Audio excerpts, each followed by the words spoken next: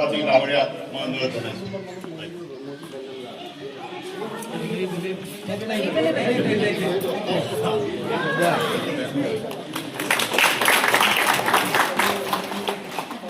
মঞ্চত উপবিষ্ট শ্ৰদ্ধা অসম গণ পৰিষদৰ মুকুট কলিতা ডাঙৰীয়া বাবুদা, বলন কলিতা, এঘৰাম মহিলা পৰিষদৰ সভানেত্ৰী কমলা প্ৰধান বাবকে আদি কৰি মধ্যগুৱাহাটী যুৱ পৰিষদৰ কলিতা ধন্যবাদ। ইছলামুদ্দিন আহমেদ, ইছলামুদ্দিন আহমেদ তেখেতক এখন আমাৰ দলীয় মাফলাৰেৰে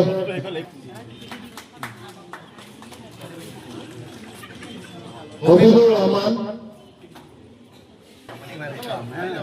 হবিবুর রহমান, মজিদ আলী, রূপালী বর্মন,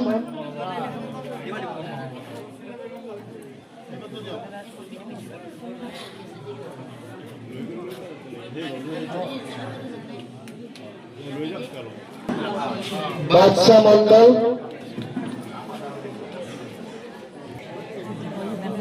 বাবু আলী, বাবুল আলী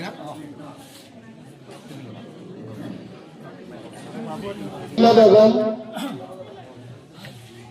বেগম, মুমতাজ বেগম, রেজিয়া বেগম, রেজিয়া বেগম,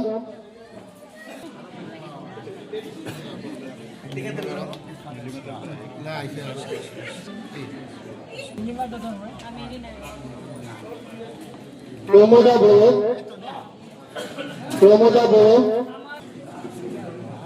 নূরজাহান বেগম,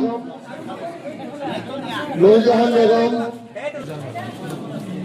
রহিমা বেগম, রহিমা বেগম, আমিরা খাতুন, রমজান আলী, রমজান আলী, ফাজল আলী, জিনু বেগম, সেলিম হুসেন জৰিয়তে আমি ইয়াত কৰিবলৈ সক্ষম হৈছোঁ। আপোনালোকে ডাঙৰকৈ হাত চাপৰি দিব লাগে।